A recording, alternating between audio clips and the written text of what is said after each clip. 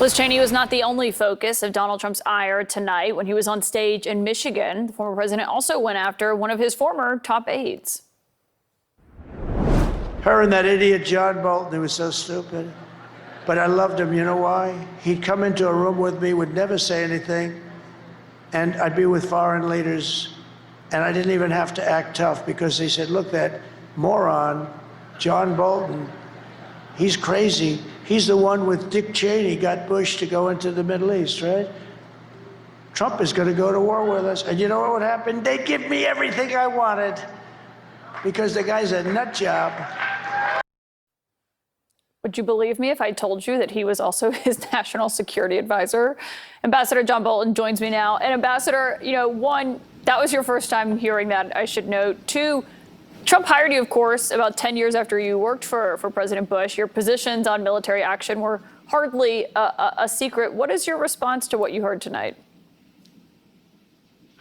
Well, it's I'm glad I'm still on his mind. And, the comments are typically juvenile. It's yet another demonstration, I think, why he's not qualified to be president. He can't carry on a policy argument.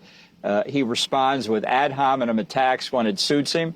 But I'm glad I may have served the country's purposes by intimidating a few foreign dictators. If I did that, I'll sleep happily tonight.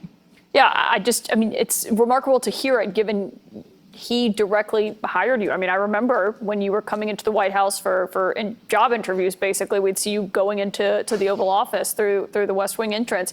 But when you hear that, and what we were just talking about, what Trump said today and repeated about Liz Cheney, and you're hearing the defense articulated around it, can't Donald Trump make an argument against someone's foreign policy views without using violent imagery like, let's put her with a rifle standing there with 9 barrels shooting at her? Well, I think this is very typical Trump. If you disagree with him, it's not because of some substantive policy disagreement. It's that you're not doing what he wants to do. It's disloyalty. It's really a children's playground kind of approach. I do think in Liz Cheney's case, though, there's more to this that people are not catching, and that is his criticism of her is not based on her being a war hawk or anything else. It's the fact is she voted to impeach him after January the 6th, and he cannot get it out of his head. And that's why, notwithstanding the comments were not about a firing squad directly, but about being in combat, it would be a pretty unusual situation in the field for one lone American soldier suddenly to be confronted by 9 enemy soldiers pointing their rifles at her head. So I think in Trump's mind, this effort to denigrate Liz really is based on the vote to impeach. And in his mind, this violent image is very real, and it's disturbing. It's not the first time it's come up, and it's just typical the way he goes after people. When you're on the wrong side of Trump, there's no hope for you in his mind. But on the foreign policy front, I understand you're saying it has nothing to do with her views. It's just because she criticized him for January 6th for trying to overturn the election and was on the committee that led that investigation, the January 6th committee. He said that Cheney wanted to stay in Iraq. But look back at his record as commander in chief. He kept troops in Iraq. He kept troops in Syria. He ordered the strike against the Iranian general Soleimani. When you look at what he's saying she did and what he actually did as commander in chief, I think that's also worth a view. Well, he never makes a mistake. It's always somebody else's mistake. The withdrawal from Afghanistan, for example, although he's criticized Joe Biden, it was the Trump-Pompeo withdrawal agreement with the Taliban that Biden was carrying out. And that turned out to be a terrible mistake for the United States. But that gets into the substance of the policy disagreement, and Trump just isn't capable of carrying on a sustained discussion there. He translates that sort of thing into a direct attack. And he's very good. He's found a way to say things that are really outrageous, but with enough of a qualification that he can slough it off later. For example, saying he wants to be a dictator, but just on day one.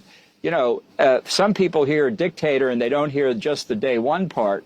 But it allows Trump to work both sides of the street. And that's what he's done here. He's projected an image of violence against Liz Cheney, but then said, no, I'm just criticizing her because she's a war hawk. Yeah, and you can criticize Biden certainly for the execution. Many have, many in his own party. But it was, I remember when Biden said he felt like he needed to live up to that agreement that Pompeo and Trump had with the Taliban. And so he viewed that as following in that presidency.